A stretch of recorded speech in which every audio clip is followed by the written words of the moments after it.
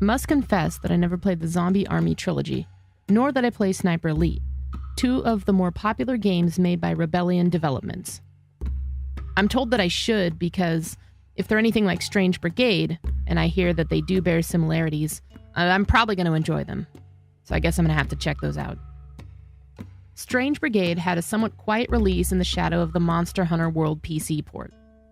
Which is understandable. Monster Hunter World is one of the greatest games that I've ever played. But this review isn't about that game. It's about Strange Brigade. I chose to play Strange Brigade on my Twitch channel, not only because I'd played Monster Hunter World already on my PS4, and I didn't really want to spend the money on the same game on a different platform, but the look of Strange Brigade really caught my eye and drew me in. And that's what started to interest me.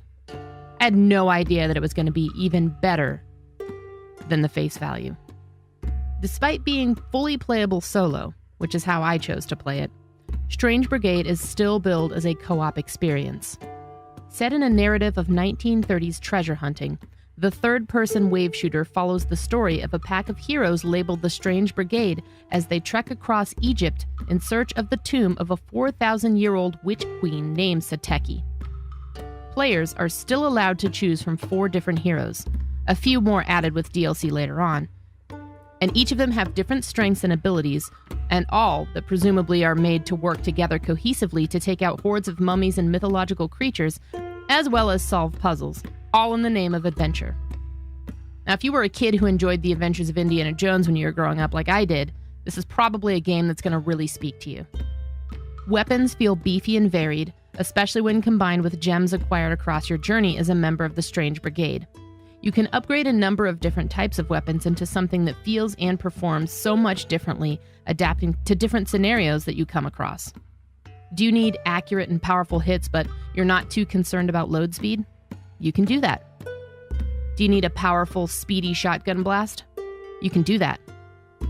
Combined with special abilities that different characters possess via the magic of amulets, as well as timed special weapons that you can acquire via gold across maps, and gold is very abundant in each map.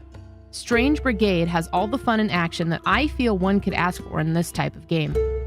Honestly, this title reminds me of when I picked gaming back up more seriously after several years of taking a break with it. It was sometime in the late 2000s when I picked up an Xbox 360 and I had a heyday with the library on Xbox Arcade.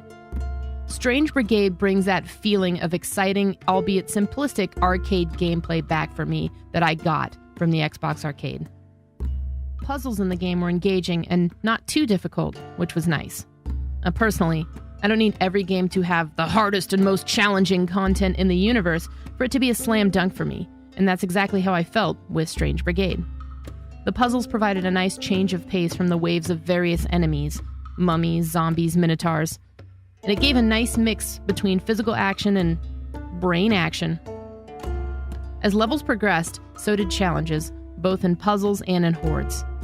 And one might find the combat to become predictable and stale after a little while, but I was fairly entertained. Again, I should mention, I played this solo.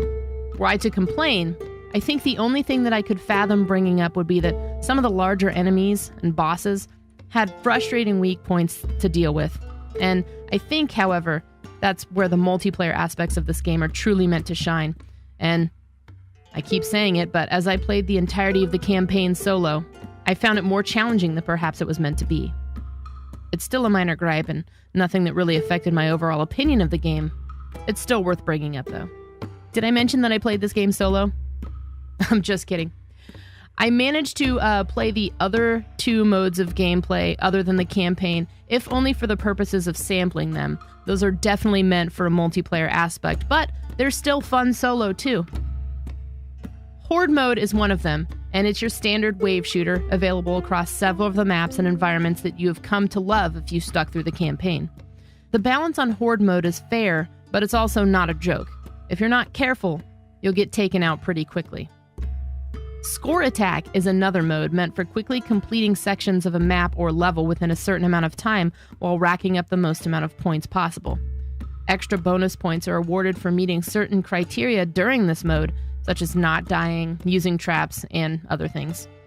Now, combining this with multiplayer aspects, as I said, would probably give the game another angle of gameplay and hours more fun to tack on to Strange Brigade's overall score. Now, if you're looking for a challenging cooperative experience, Horde mode is probably for you. Think of Call of Duty Nazi zombies with the kitchen style of the 30s and 40s. But if you're looking for a more competitive experience, Score Attack with some buddies is probably your best bet for bragging rights. Really, I think there's something for everyone in Strange Brigade. Strange Brigade, to me, felt like popping in a mindless action movie on a weekend, fixing up some popcorn, and enjoying the ride. The sound design was top-notch, the enemy design was whimsical and engaging, and honestly, I just have nothing but good things to say about this game. I look forward to running through it again with a group, but I definitely recommend this to anyone looking for the same experience, either solo or with some of your best buddies. Definitely a surprising find. I played Strange Brigade via Steam on the PC, but you can also pick this up through PlayStation 4 or Xbox One.